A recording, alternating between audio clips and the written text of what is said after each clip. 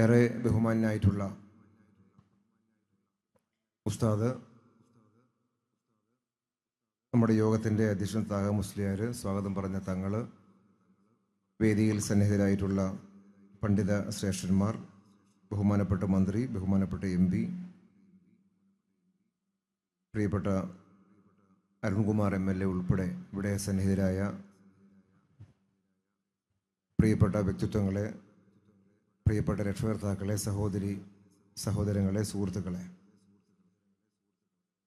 ഈ കേരള യാത്രയുടെ സന്ദേശം ഇവിടെ സംസാരിച്ച മന്ത്രിയും MP-യും വളരെ വിശദമായി പറഞ്ഞിട്ടുണ്ട്. മറ്റ് പ്രാസംഗികരും സ്വാഭാവികമായി ഇവിടെ നമ്മോട് സംസാരിക്കുകയും ചെയ്യുന്നുണ്ട്. ബഹുമാന്യായ ഉസ്താദിൻ്റെ സാന്നിധ്യത്തിൽ ഇങ്ങനെയൊരു ചടങ്ങിൽ പങ്കെടുക്കാൻ കഴിയുന്നത് തന്നെ ഒരു അനുഗ്രഹമായി ഞാൻ കണക്കാക്കുകയാണ്. ദീർഘമായൊരു പ്രസംഗം അനൗചിത്യമാണെന്നും എനിക്കറിയാം. ഇവിടെ പറഞ്ഞ പോലെ മനുഷ്യർക്കൊപ്പം എന്ന ഒരു മുദ്രാവാക്യം നമ്മുടെ ഈ സമൂഹത്തിൻ്റെ മനസ്സിലേക്ക് അതിശക്തമായി പടർത്താൻ വേണ്ടിയുള്ളൊരു യാത്ര, അതെത്രമാത്രം അർത്ഥവത്താണ് എന്നുള്ള കാര്യം നമുക്ക് മുന്നേ സംസാരിച്ചവരൊക്കെ ഇവിടെ നിശ്ചയമായിട്ടും പറഞ്ഞിട്ടുണ്ട്. നമ്മുടെ നാട്ടിൽ ജീവിക്കുന്ന മനുഷ്യർ, അവരെ മനുഷ്യരാക്കുക എന്നുള്ളത് ഇന്ന് ജീവിക്കുന്ന ഒരു കാലത്തൊരു മുദ്രാവാക്യം പോലെ പറയേണ്ടി വരുന്നു എന്നുള്ളതാണ് ഈ സമൂഹത്തിൻ്റെ ഒരു കുറവ് എന്ന് പറയുന്നത്. അതത്ര ആഴത്തിൽ എല്ലാ വിഭാഗം സമൂഹത്തിനിടയിലേക്കും സന്നിവേശിപ്പിക്കാൻ കഴിയുന്നൊരു മഹായാത്രയായിട്ടാണ് കേരള മുസ്ലിം ജമാഅത്തിൻ്റെ ഈ യാത്ര വിജയകരമായി നമുക്കിടയിലൂടെ ഇന്ന് സഞ്ചരിക്കുന്നത്. മുസ്ലിം ജമാഅത്ത് അതിൻ്റെ ഓരോ പ്രസ്ഥാനങ്ങളും നമ്മുടെ കേരളീയ സമൂഹത്തിൽ ചെയ്തു പോരുന്ന ഏതെല്ലാം തരത്തിലേക്കുള്ള മുഖമാണ്, ഏതെല്ലാം തരത്തിലേക്കുള്ള പ്രവർത്തനങ്ങളാണ് ഇത് നമുക്കെല്ലാവർക്കും അറിയാം. കാരുണ്യത്തിൻ്റെയും ദയയുടെയും സ്നേഹത്തിൻ്റെയും എല്ലാ തലത്തിലുമുള്ള പ്രവർത്തനങ്ങൾ, മനുഷ്യനെ സ്നേഹിക്കാനും അവരെ സ്വാന്തനപ്പെടുത്താനും ആ സ്വാന്തനത്തിനൊപ്പം ചേർന്ന് ജീവിക്കാനും വിഹിതത്തിൽ കഴിയുക എന്നുള്ളത് ഈ പ്രസ്ഥാനങ്ങളുടെ എല്ലാം ഒരു മുദ്രാവാക്യം പോലെ നമ്മുടെ ഈ നാട്ടിൽ സബലീകരിക്കപ്പെടുന്നൊരു കാര്യമാണ്. ഏതൊരു രോഗിക്കൊരു സഹായം ആവശ്യമായി വന്നാലും മുസ്ലിം ജമാഅത്തിൻ്റെ വാലണ്ടിയർമാർ കാണും. SSF-ൻ്റെയോ SYS-ൻ്റെയോ ഒക്കെ ഭാരവാഹികൾ നിശ്ചയമായി ഓടിയെത്തും ഏത് സഹായം വേണമെങ്കിലും.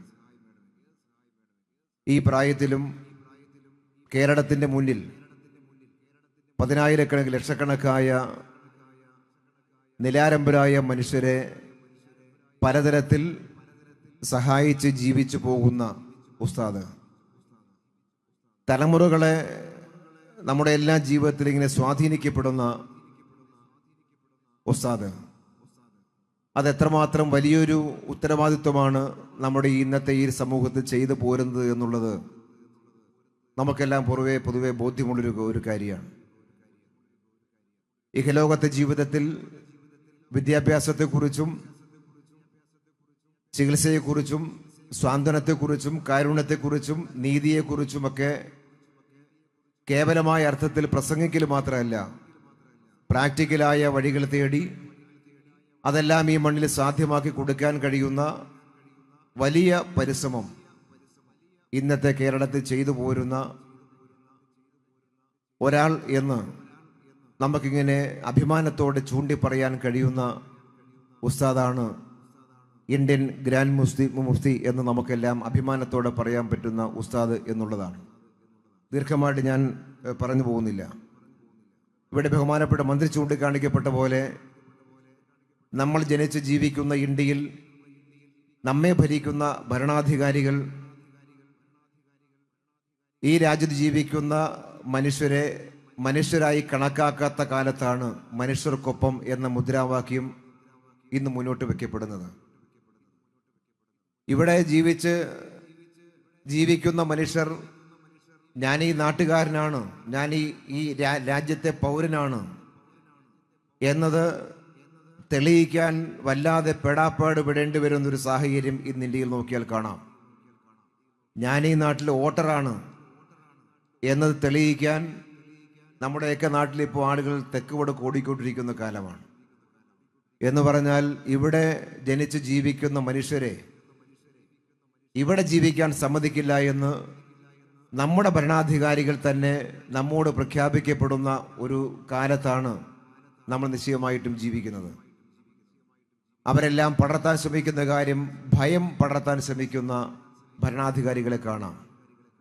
നമുക്കെല്ലാം ഈ മണ്ണിലെ ജീവിതത്തിലെ ഒരു ഗ്യാരണ്ടി എന്ന് പറയുന്നത് ഇന്ത്യയുടെ ഭരണഘടനയാണ്. ആ ഭരണഘടനയുടെ ആദ്യത്തെ വാചകം തന്നെയാണ് ഏറ്റവും സുപ്രധാനമായ വാക്ക്. വി എന്നതാണ് വാക്ക്, നമ്മൾ എന്നുള്ളതാണ്.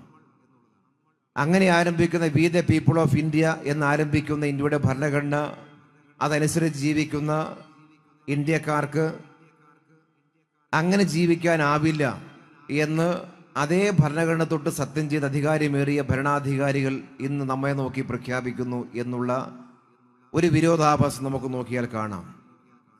ഇവിടുത്തെ മനുഷ്യരെ മനുഷ്യരായി അവർ കണക്കാക്കുന്നേയില്ല. അതുകൊണ്ടാണ് മനുഷ്യൻ ജീവിക്കുന്നിടത്തേക്ക് ബുൾഡോസറുകൾ കടന്നു വരുന്നത്.